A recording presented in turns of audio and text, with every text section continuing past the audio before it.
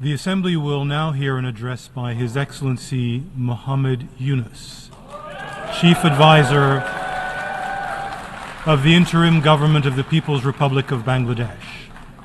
I request protocol to escort His Excellency and invite him to address the Assembly.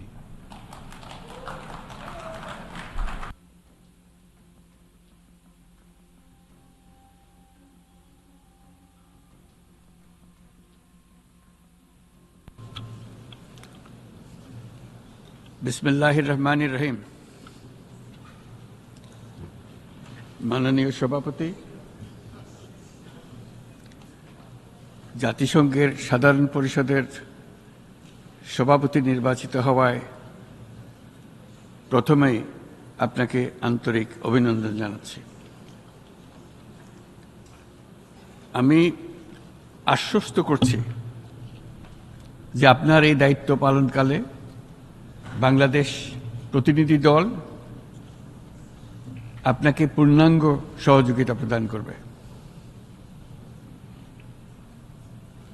জাতিসংঘের ম্যান্ডেটকে সমুন্নত রেখে বৈশ্বিক সংকটসমূহ নিরসনে মহাসচিব অ্যান্টোনিও গুতারেসের দৃঢ় প্রতিজ্ঞ সাফল্যমণ্ডিত নেতৃত্বের জন্য তাকেও জানাই আন্তরিক সাধুবাদ। সামিট অব দ্য ফিউচার আয়োজনে আমি মহাসচিবের দূরদর্শী ভূমিকার বিশেষ প্রশংসা করছি।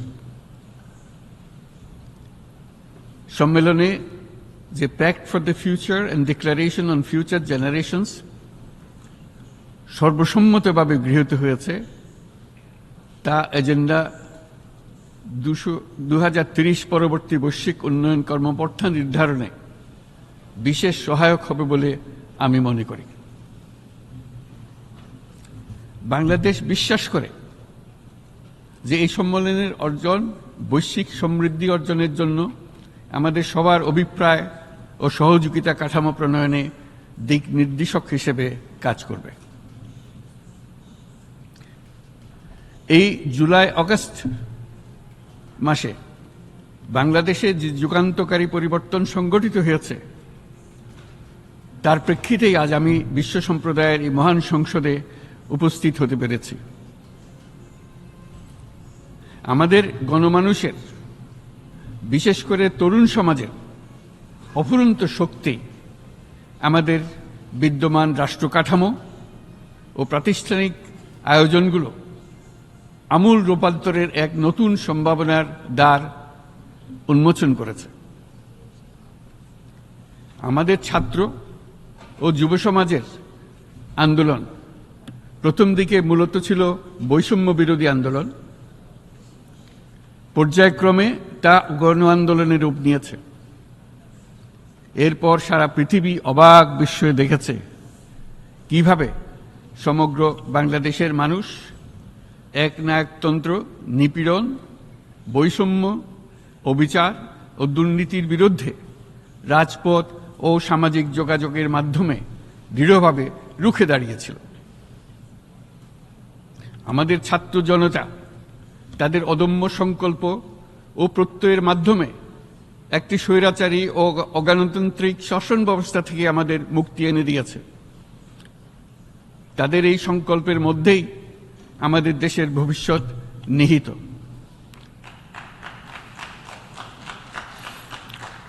যা এই দেশকে বিশ্ব সম্প্রদায়ের মাঝে একটি দায়িত্বশীল জাতির মর্যাদায় উন্নত করবে বলে আমি বিশ্বাস করি।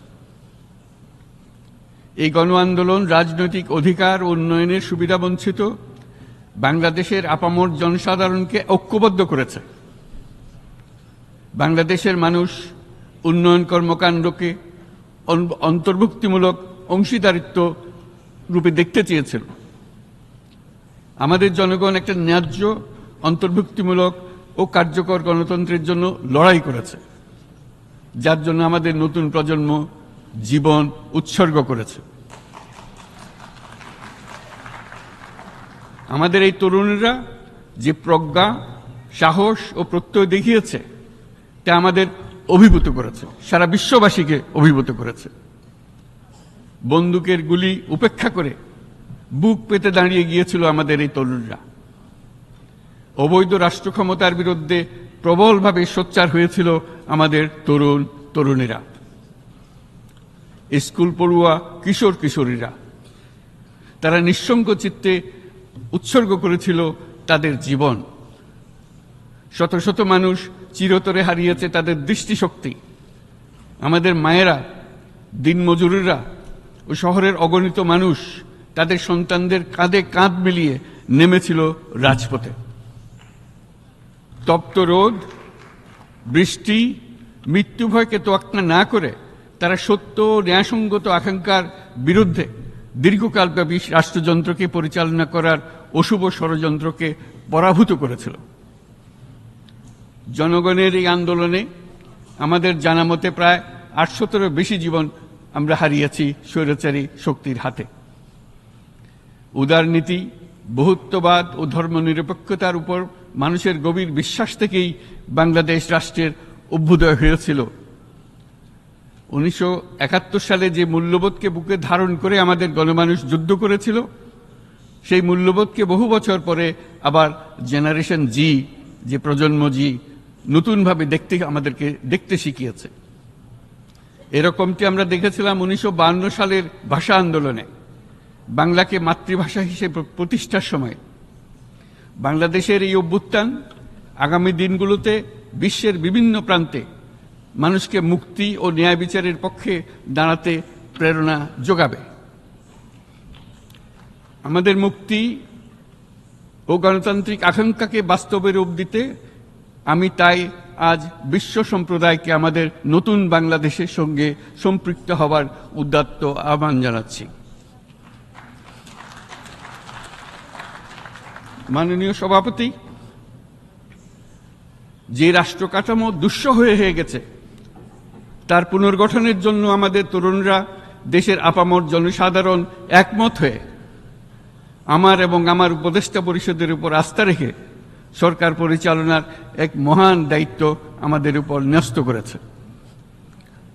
এই দায়িত্ব গ্রহণের পর আমরা গভীর বিস্ময় ও হতাশার সঙ্গে মুখোমুখিভাবে দেখতে পাচ্ছি কিভাবে সর্বগ্রাসী দুর্নীতি একটি কার্যকর গণতান্ত্রিক ব্যবস্থাকে ধ্বংসস্তূপে পরিণত করেছে, কিভাবে রাষ্ট্রের মূল প্রতিষ্ঠানগুলোকে নির্মমভাবে দলীয়করণের আবর্তে বন্দী করে রাখা হয়েছিল, কিভাবে জনগণের অর্থকে লুটপাট করা হয়েছিল, কিভাবে একটি বিশেষ স্বার্থান্বেষী গোষ্ঠী সমস্ত ব্যবসা বাণিজ্যকে অন্যায়ভাবে নিজেদের হাতে কুক্ষিগত করে দেশের সম্পদ অবাধে বিদেশে পাচার করে দিয়েছে।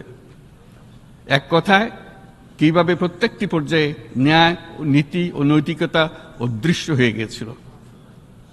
এরকম এক অবস্থার দেশকে পুনর্গঠন এবং জনগণের কাঙ্ক্ষিত রাষ্ট্র ব্যবস্থা প্রতিষ্ঠিত করার জন্য আমাদের উপর দায়িত্ব প্রদান করা হয়েছে। অতীতের ভুলগুলোকে সংশোধন করে একটা প্রতিযোগিতামূলক ও শক্তিশালী অর্থনীতি এবং ন্যায়ভিত্তিক সমাজ ব্যবস্থা গড়ে তোলাই এই মুহূর্তে আমাদের মূল লক্ষ্য। বর্তমান পরিবর্তিত পরিস্থিতিতে সকল রাজনৈতিক দল এখন স্বাধীনভাবে তাদের মতামত প্রকাশ করতে পারছে।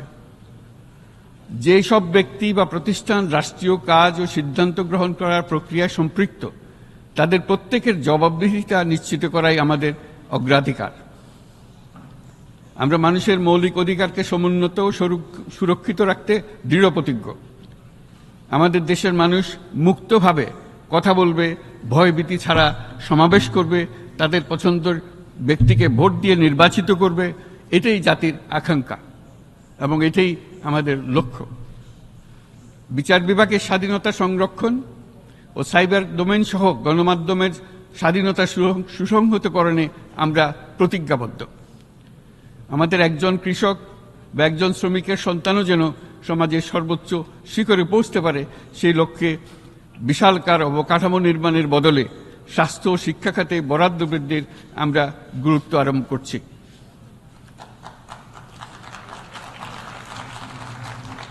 রাষ্ট্র ব্যবস্থার সকল পর্যায়ে সুশাসন ফিরিয়ে আনাই আমাদের অভীষ্ট। বাংলাদেশে যেসব আন্তর্জাতিক, আঞ্চলিক এবং দ্বিপাক্ষিক চুক্তির পক্ষভুক্ত, সেগুলো প্রতিপালনে আমাদের সরকার বদ্ধপরিকর। জাতিসংঘ সহ বহু পাক্ষিক বিশ্ব কাঠামোতে বাংলাদেশের সক্রিয় অংশগ্রহণ ও অবদান অব্যাহত থাকবে। পারস্পরিক শ্রদ্ধাবোধ, মর্যাদা ও স্বার্থরক্ষণের ভিত্তিতে বাংলাদেশ বিশ্বের সকল রাষ্ট্রের সাথে বন্ধুত্বপূর্ণ সম্পর্ক বজায় রাখবে।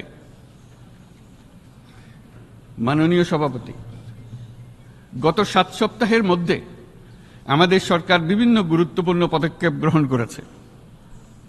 আমাদের অনুরোধে সাড়া দিয়ে জাতিসংঘের মানবাধিকার বিষয়ক হাই কমিশনার বাংলাদেশের গণ আন্দোলনকালে সংগঠিত মানবাধিকার লঙ্ঘনের বিষয়ে বিস্তৃত অনুসন্ধান এবং এইসব বিষয়ে ঘটনার পুনরাবৃত্তি রোধে পরামর্শ প্রদানের জন্য একটা ফ্যাক্ট ফাইন্ডিং কমিশন গঠন এবং তার কাজ শুরু করার জন্য দ্রুত বাংলাদেশে পাঠিয়ে দিয়েছে।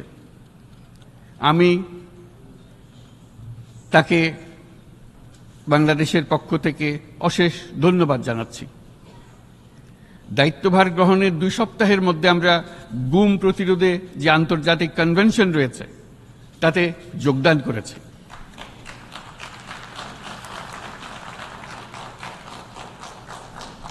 এর আশু বাস্তবায়নের জন্য প্রয়োজনীয় দেশীয় আইন ও বিধি প্রণয়নে আমরা এখন প্রক্রিয়া শুরু করেছি। বাংলাদেশে গত 1.5 দশকে যে সমস্ত গুমের অভিযোগ রয়েছে সেগুলো তদন্ত করার জন্য একটি তদন্ত কমিশন এই মুহূর্তে কর্মরত আছে। মানুষের আস্থা, আত্মবিশ্বাস ফিরিয়ে আনতে এবং নির্মম অতীত যেন আর ফিরে না আসে কোনোদিন, সেই জন্য আমরা কিছু সুনির্দিষ্ট খাতে সংস্কারকে অগ্রাধিকার দিয়েছি। সেই লক্ষ্যে আমরা বিদ্যমান নির্বাচন ব্যবস্থা, সংবিধান, বিচার ব্যবস্থা, জনপ্রশাসন, আইন শৃঙ্খলা ব্যবস্থা সংস্কারের জন্য স্বাধীন কমিশন গঠন করেছি। সংবাদপত্র ও গণমাধ্যমের সংস্কারের জন্যও পৃথক কমিশন সহ আরও কয়েকটি বিশেষ বিষয়ে কমিশন গঠন প্রক্রিয়াধীন রয়েছে। ব্যবসা বাণিজ্যে অনুকূল পরিবেশ সৃষ্টির লক্ষ্যে আমরা ব্যাংক ও আর্থিক খাতের ব্যাপক সংস্কারের উদ্যোগ গ্রহণ করেছি। কোনো বিদেশি ব্যবসা বা বিনিয়োগ যেন ক্ষতিগ্রস্ত না হয় তা নিশ্চিত করতেও আমরা বদ্ধপরিকর। এইসব সংস্কার যেন টেকসই হয়, দীর্ঘমেয়াদে নিশ্চিত করতে এবং অবাধ ও নিরপেক্ষ অংশগ্রহণমূলক নির্বাচনের জন্য উপযোগী পরিবেশ সৃষ্টি করতে আমরা কাজ করে যাচ্ছি।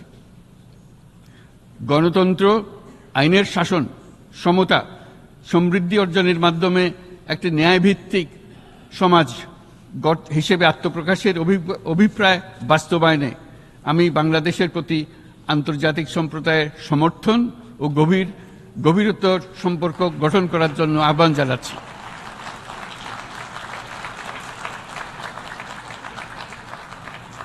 মাননীয় সভাপতি, বাংলাদেশ মনে করে যে শান্তি রক্ষা ও সংঘাত মোকাবেলা জনগণের সমৃদ্ধি নিশ্চিত করার মূল চালিকা শক্তি। সাম্প্রতিক বিপ্লবকালে আমাদের ইতিহাসের সবচেয়ে কঠিনতম সময়ে জনগণের মুক্তির আকাঙ্ক্ষা পূরণে তাদের পাশে দৃঢ়ভাবে দাঁড়িয়ে আমাদের সাহসী সশস্ত্র বাহিনীসমূহ আরও একবার শান্তির প্রতি তাদের অঙ্গীকার প্রমাণ করেছে।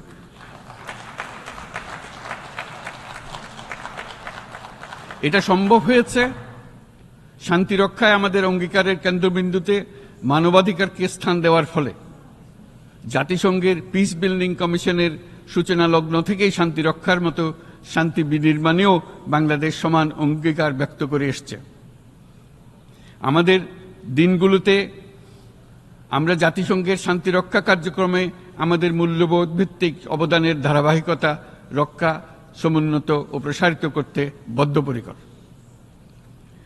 জাতিসংঘের শান্তি রক্ষা কার্যক্রমে অবদানকারী তৃতীয় বৃহত্তম রাষ্ট্র হিসেবে বাংলাদেশ এখন পর্যন্ত 43টি দেশে 63টি মিশনে শান্তিরক্ষী প্রেরণ করেছে।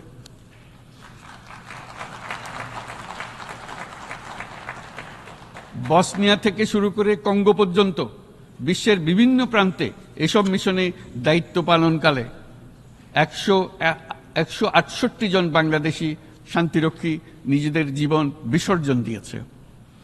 আমরা আশা করি যে কোনো অবস্থায় নানা প্রতিকূলতা সত্ত্বেও জাতিসংঘের ভবিষ্যৎ শান্তিরক্ষী কার্যক্রমগুলোতে বাংলাদেশের প্রতিরক্ষা বাহিনীর সদস্যরা একইভাবে অবদান রাখার সুযোগ পাবে।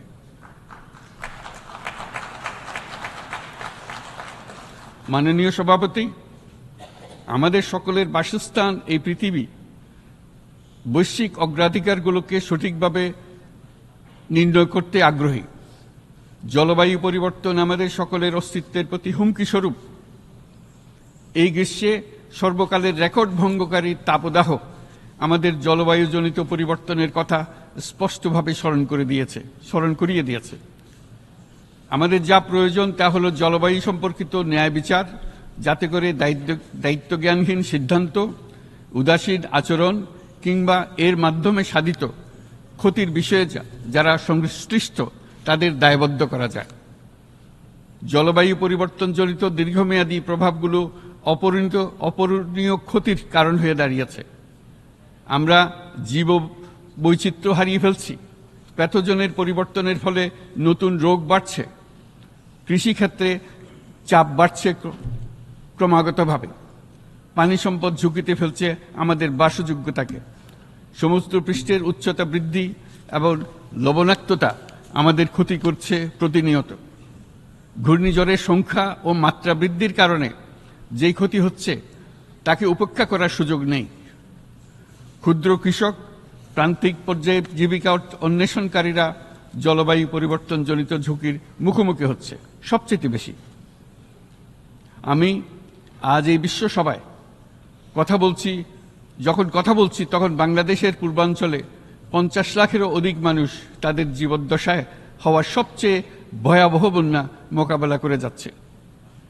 মহাসচিব গুতেরেস আমাদেরকে দেখিয়েছেন যে বিদ্যমান পরিক্রমা অব্যাহত থাকলে বিশ্বের গড় তাপমাত্রা 2.7 ডিগ্রি সেলসিয়াস বৃদ্ধির দিকে অগ্রসর হতে থাকবে।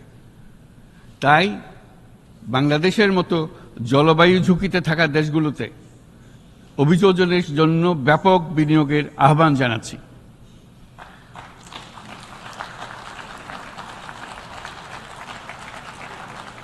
এছাড়াও উদ্ভাবনী শক্তির প্রয়োগ, অতিরিক্ত অর্থায়নের মাধ্যমে লস অ্যান্ড ড্যামেজ ফান্ডকে কার্যকর করা আমাদের জন্য অত্যন্ত গুরুত্বপূর্ণ। একইভাবে আমাদের প্রয়োজন প্রযুক্তির সহজলভ্যতা, সক্ষমতা বৃদ্ধি। নির্দিষ্ট করে বললে আমাদের দরকার জীবন রক্ষাকারী প্রযুক্তি, বিশেষত কৃষি, পানি এবং জনস্বাস্থ্য খাতে, যেখানে ক্ষুদ্র ক্ষুদ্র উদ্ভাবন এবং সমাধানসমূহ ঝুঁকিতে থাকা জনগোষ্ঠীকে রক্ষা করতে পারে।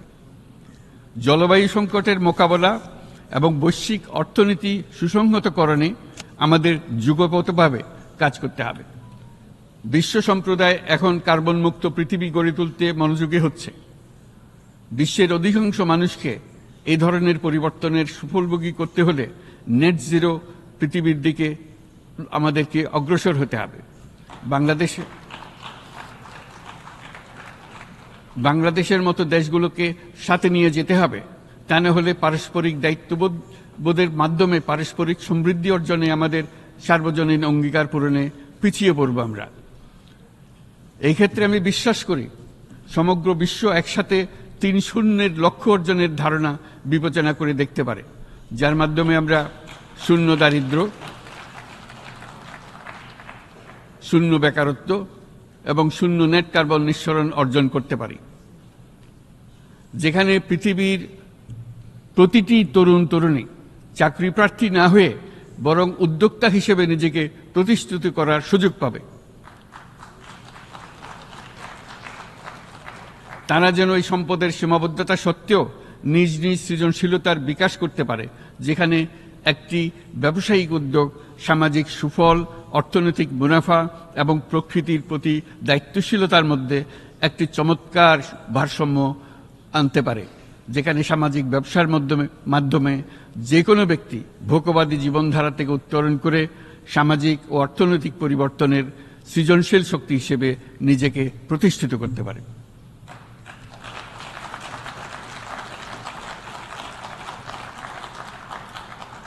এই সময়ে তাই প্রয়োজন উন্নত উন্নয়নশীল সকল দেশসমূহ এবং বিভিন্ন অংশীদারদের মধ্যে নতুন দৃষ্টিভঙ্গি, নতুন মূল্যবোধ এবং নতুন একতা। সামগ্রিকভাবে এই লক্ষ্য অর্জনে জাতিসংঘ ব্যবস্থা, জাতীয় আঞ্চলিক পর্যায়ে সরকারসমূহ, সকল ব্যবসা প্রতিষ্ঠান, বেসরকারি অংশীজন এবং দাতব্য সংস্থাগুলোকে একসঙ্গে কাজ করতে হবে। আমাদের অর্থনৈতিক কাঠামোতে সামাজিক ব্যবসাকে স্থান দিলেই নিচের অর্ধেকাংশ মানুষের জীবনে তা বিরাট পরিবর্তন আনতে পারে।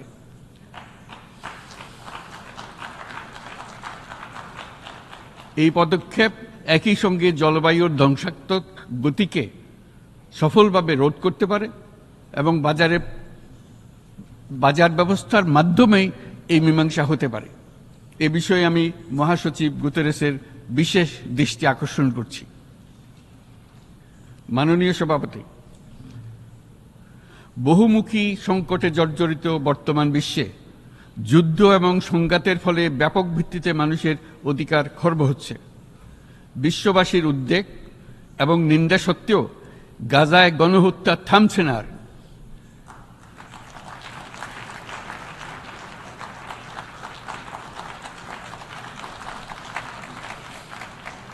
ফিলিস্তিনের মতো বিদ্যমান বাস্তবতা কেবল আরব কিংবা মুসলমানদের জন্যই উদ্বেগজনক নয়, বরং তা সমগ্র মানব জাতির জন্যই উদ্বেগের বিষয়।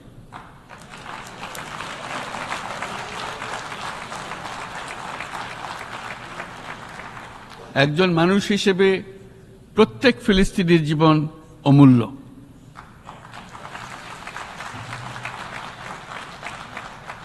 ফিলিস্তিনের জনগণের বিরুদ্ধে যে মানবতা বিরোধী অপরাধ হচ্ছে তার জন্য সংশ্লিষ্ট সকলকে দায়বদ্ধ করতে হবে।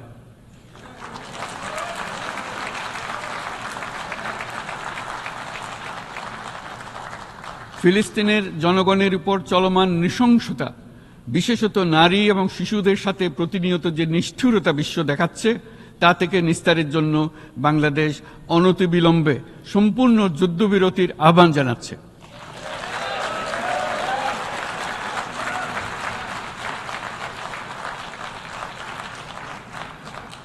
দ্বিরাষ্ট্রভিত্তিক সমাধানেই মধ্যপ্রাচ্যে টেকসই শান্তি আনতে পারবে। তাই জাতিসংঘ সহ আন্তর্জাতিক সম্প্রদায়ের সকলকে এর বাস্তবায়নের জন্য এখনই উদ্যোগ নিতে আহ্বান জানাচ্ছি।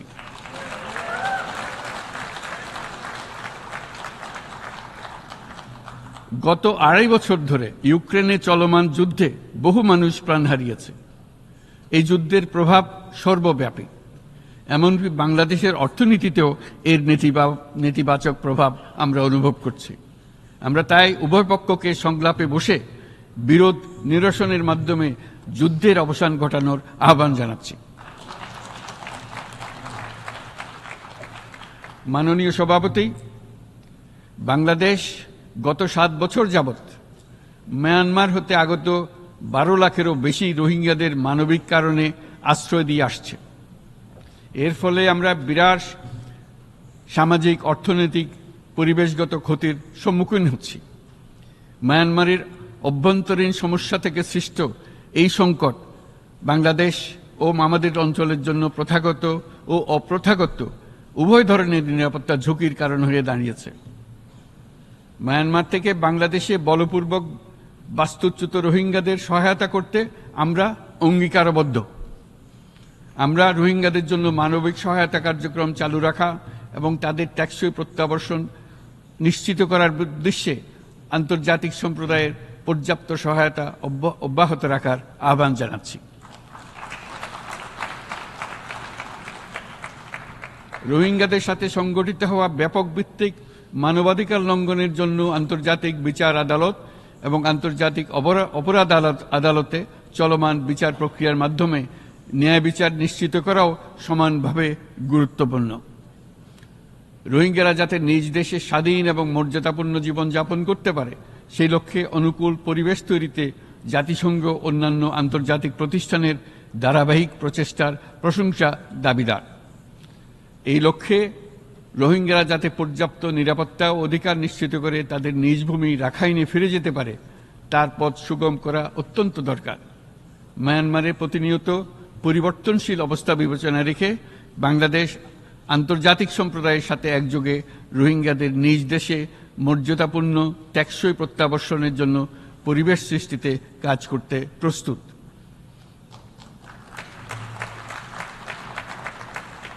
মাননীয় সভাপতি, রাজনৈতিক মুক্তি এবং সামাজিক অর্থনৈতিক জাগরণ ব্যতীত শান্তি ও নিরাপত্তা নিশ্চিতে সাফল্য অর্জন করা সম্ভব নয়। প্রায় এক দশক পূর্বে বিশ্ব সম্প্রদায় সর্বসম্মতক্রমে এজেন্ডা 2030 প্রণয়ন করেছিল। আমরা সবাই আমাদের সামষ্টিক আকাঙ্ক্ষা ও বিশ্বাস অর্পণ করেছি এই সার্বজনীন টেকসই উন্নয়ন অভিষ্টগুলো অর্জনে। সার্বিকভাবে মাত্র 17% ও কম লক্ষ্যমাত্রা অর্জন হয়েছে। স্পষ্টতই এই ক্ষেত্রে অনেক উন্নয়নশীল রাষ্ট্র আরও পিছিয়ে আছে। উন্নয়নশীল দেশগুলোকে এসডিজি অর্থায়নে বছরে প্রায় 2.5 থেকে 4 ট্রিলিয়ন মার্কিন ডলারের সমান ঘাটতি মোকাবেলা করতে হচ্ছে। উন্নয়নশীল বিশ্বের ঋণের বোঝা, ক্ষয়িষ্ণু আর্থিক সক্ষমতা এবং জলবায়ু পরিবর্তনের ক্ষতিকর প্রভাবের কারণে বাংলাদেশের মতো দেশগুলিতে বেশি ঝুঁকিতে রয়েছে। আমরা আশা করি উন্নয়নের জন্য অর্থায়ন সংক্রান্ত চতুর্থ আন্তর্জাতিক সম্মেলনে এই ধরনের জটিল এবং কাঠামোগত সমস্যাগুলোর দিকে নজর দেওয়া হবে। বহুপাক্ষিক আর্থিক প্রতিষ্ঠানগুলোকে এমন অভিন্ন লক্ষ্যে নিয়ে যাওয়ার কাজ করতে হবে যাতে সকল রাষ্ট্র সমানভাবে সম্পদ ও সুযোগের ব্যবহার করতে পারে। তারা নিজেদের কর্মসূচিতে সামাজিক ব্যবসাকে গুরুত্বপূর্ণ ভূমিকা দিতে পারে, যাতে নিম্ন আয়ের দেশগুলোর বাস্তবতাকে বিশেষভাবে মোকাবেলা করা যায়, যা ব্যবসায়ী উদ্যোগ এবং ব্যক্তির সৃজনশীলতাকে উদ্বুদ্ধ করে, যা বঞ্চিত জনগোষ্ঠীকে বিশালভাবে সহায়তা করে।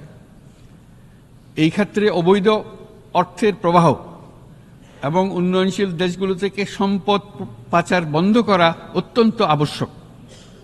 উন্নয়নশীল দেশগুলো থেকে পাচার হয়ে যাওয়া সম্পদ ফেরত আনার জন্য আন্তর্জাতিক সহযোগিতা জোরদার করতে হবে। আমরা আশা করি কর ফাঁকি রোধে আন্তর্জাতিক কর কনভেনশন অতি শীঘ্রই গৃহীত হবে। মাননীয় সভাপতি, আমরা যে নিবিড়ভাবে সংযুক্ত বিশ্বে বসবাস করছি, সেখানে অভিবাসন এবং মানুষের অবাধ প্রবাহ এক অলঙ্ঘনীয় বাস্তবতা। বাংলাদেশি নাগরিকরা প্রতিনিয়ত বিভিন্ন দেশে অভিবাসী হিসেবে যাচ্ছেন। তারা বিভিন্ন দেশে তাদের কর্মসংস্থানের সন্ধানে আছেন। বিশ্বের বিভিন্ন প্রান্তে এই মুহূর্তে প্রায় 1.5 কোটি প্রবাসী বাংলাদেশি আছেন। সকলের জন্য অভিবাসনের উপযোগিতা নিশ্চিত করতে বিশ্ব সমাজকে নিরাপদ, সুশৃঙ্খল এবং নিয়মিত মর্যাদাপূর্ণ অভিবাসনের পথ সুগম করতে হবে। আন্তর্জাতিক সম্প্রদায়কে অভিবাসীদের মানবাধিকার এবং তাদের প্রতি মানবিক আচরণ নিশ্চিত করতে হবে। অভিবাসনের উপর 2018 সালে যে গ্লোবাল কম্প্যাক্ট অন মাইগ্রেশন গৃহীত হয়েছে, তার পূর্ণ বাস্তবায়নে বাংলাদেশ প্রতিশ্রুতিবদ্ধ এবং একই সাথে অনিরাপদ অভিবাসন রোধেও আমরা বদ্ধপরিকর। মাননীয় সভাপতি, প্রতি বছর প্রায় 25 লক্ষ তরুণ তরুণী বাংলাদেশের শ্রমবাজারে যুক্ত হচ্ছেন। বাংলাদেশের বিপুল জনশক্তির প্রায় 2/3 তরুণ। এই জনশক্তিকে বর্তমান ও আগামীর জন্য গড়ে তোলা বাংলাদেশের জন্য একটা বড় চ্যালেঞ্জ। ক্রমপরিবর্তনশীল কর্মজগতে একজন তরুণকে প্রতিনিয়ত নতুন দক্ষতা অর্জন করতে হয়। এই কর্মপরিবেশের সাথে মানিয়ে নেওয়া শিখতে হয়। এই জন্য বাংলাদেশ যখন মধ্যম আয়ের দেশ হিসেবে উন্নতি হচ্ছে, তখন আমরা শিক্ষা এবং প্রযুক্তিগত সহায়তা লাভের উপর বিশেষ জোর দিচ্ছি। এবার কৃত্রিম বুদ্ধিমত্তার বিষয়ে আসি। কৃত্রিম বুদ্ধিমত্তার অভাবনীয় বিকাশ এবং এর বহুমাত্রিক প্রয়োগে বাংলাদেশ বিশেষভাবে আগ্রহী। আমাদের তরুণ সমাজ জেনারেটিভ আর্টিফিশিয়াল ইন্টেলিজেন্সের সম্ভাবনা নিয়ে উচ্ছ্বসিত। একজন বিশ্ব নাগরিক হিসেবে তারাও চায় নতুন পৃথিবীতে নিয়োজিত হতে, কর্মক্ষম হিসেবে নিজেকে গড়ে তুলতে।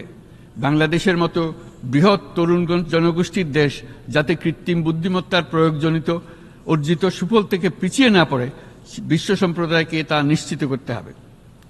একই সঙ্গে নিশ্চিত করতে হবে যেন কৃত্রিম বুদ্ধিমত্তার কারণে কর্মক্ষেত্রে মানুষের চাহিদা ক্রমাগতভাবে সংকুচিত হয়ে না যায়। এই প্রসঙ্গে আমি উল্লেখ করি যে আমরা ভিন্ন একটা ইন্টেলিজেন্স, অটোনোমাস ইন্টেলিজেন্স, অর্থাৎ যে কৃত্রিম বুদ্ধিমত্তা নিজেই নিজের কৃত্রিম বুদ্ধিমত্তাকে সম্প্রসারিত করতে পারে মানুষের কোনো হস্তক্ষেপ ছাড়াই, তার ব্যাপারে আমরা বৈজ্ঞানিকদের দৃষ্টি আকর্ষণ করতে চাই। তারা যেন এই ক্ষেত্রে অগ্রসর হওয়ার আগে মানুষের উপরে এর প্রভাব সম্বন্ধে নিশ্চিত হয়ে অগ্রসর হন। আমাদের ধারণা, অটোনোমাস ইন্টেলিজেন্স মানুষের অস্তিত্বকে বিপন্ন করে তুলতে পারে, কাজে এই ব্যাপারে আমাদের সম্পূর্ণ সজাগ থাকতে হবে। মাননীয় সভাপতি, আমাদের আসলে দরকার নতুন ধরনের সহযোগিতা কাঠামো, যেখানে বৈশ্বিক ব্যবসা ও জ্ঞানের অধিকারী গোষ্ঠী মানুষের চাহিদাগুলোকে যথাযথভাবে অনুধাবন করবে। আন্তর্জাতিক সহযোগিতার মাধ্যমে উন্নয়নশীল দেশগুলোর জন্য এমন একটি রূপান্তরকারী ব্যবস্থা তৈরি করতে হবে যা কর্মসংস্থান, আর্থসামাজিক প্রতিকূলতা বা জীবিকার জন্য যুৎসয় সমাধান নিশ্চিত করবে। মাননীয় সভাপতি, আমাদের প্রচেষ্টা, সক্ষমতা এবং সম্পদ একত্রীকরণের মাধ্যমে সকলের সামর্থ্য, উদ্ভাবনী শক্তি এবং সমৃদ্ধিকে কাজে লাগাতে হবে।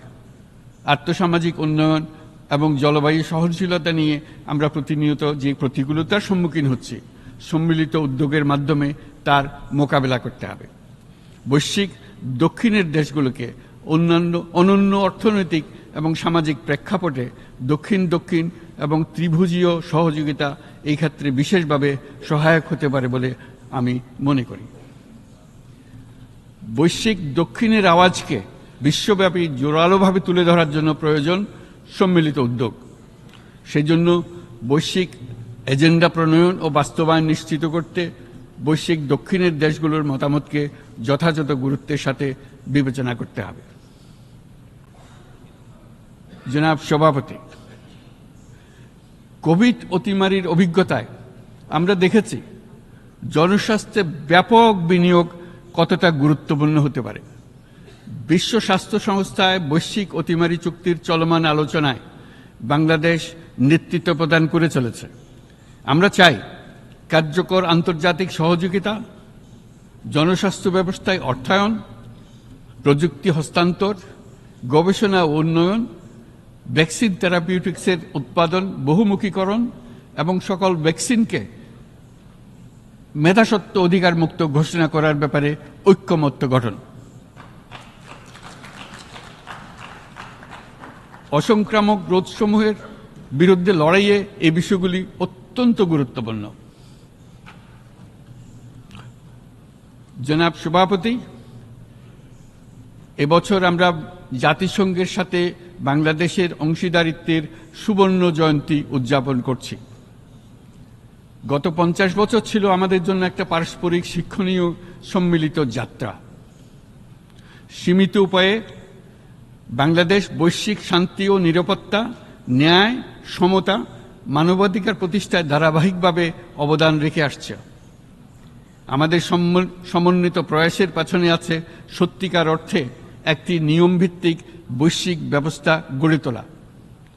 এই প্রসঙ্গে উদাহরণ হিসেবে আমি স্মরণ করছি 1999 সালে জাতিসংঘ সাধারণ পরিষদে ক্ষুদ্র ঋণের উপর গৃহীত রেজুলেশনের কথা। সেই সময় জাতিসংঘ 2005 সালকে ইয়ার অফ মাইক্রোক্রেডিট ঘোষণা করেছিল, যার ফলে ক্ষুদ্র ঋণ বিশ্বব্যাপী সম্প্রসারিত হবার সুযোগ পেয়েছিল। একই সময়ে বাংলাদেশের উদ্যোগে গঠিত হয়েছিল ফ্রেন্ডস অব মাইক্রোক্রেডিট। 2001 সাল থেকে সাধারণ পরিষদে কালচার অফ পিস সংক্রান্ত বাৎসরিক যে রেজলিউশন গৃহীত হয়ে আসছে, বা নিরাপত্তা পরিষদে নারী, শান্তি ও নিরাপত্তা সংক্রান্ত যে 1325 নম্বর রেজলিউশন গৃহীত হয়েছিল, তা বাংলাদেশের বিশ্বজনীন উদ্যোগগুলোর প্রতিফলন এবং অবদান। মাননীয় সভাপতি, আজ এই মহান বিশ্বসভায় বিশ্ব নেতৃবৃন্দের উপস্থিতিতে প্রতিধ্বনিত হচ্ছে শান্তি, নিরাপত্তা, ন্যায় বিচার প্রতিষ্ঠা এবং সম্পদের সুষম বন্টনের মাধ্যমে সকলের অন্তর্ভুক্তি নিশ্চিত করার আহ্বান। সদস্য রাষ্ট্র হিসেবে আমাদের প্রত্যেককে আজ গভীরভাবে অনুধাবন করতে হবে কিভাবে আমরা নারী, পুরুষ সকলের জন্য ও আগামীর দিনগুলোতে উদ্যোক্তা হবার সমান সুযোগ সৃষ্টি এবং তাদের ক্ষমতায়ন নিশ্চিত করতে পারি।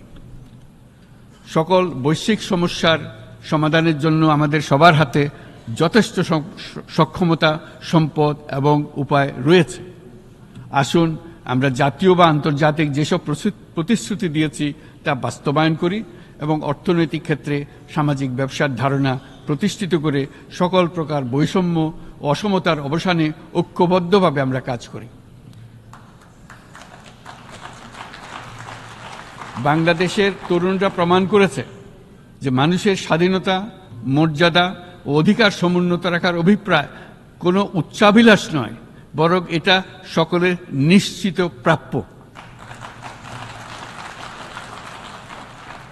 আজ এই মহান সমাবেশে আপনাদের উপস্থিতিতে শান্তি, সমৃদ্ধি ও ন্যায় বিচার নিশ্চিত করতে আন্তর্জাতিক, আঞ্চলিক এবং জাতীয় পর্যায়ে বাংলাদেশে তার ভূমিকাকে ক্রমাগতভাবে জোরদার করার নিশ্চয়তা দিচ্ছে। আজ আপনাদের সবাইকে শুভেচ্ছা জানাচ্ছি, ধন্যবাদ জানাচ্ছি।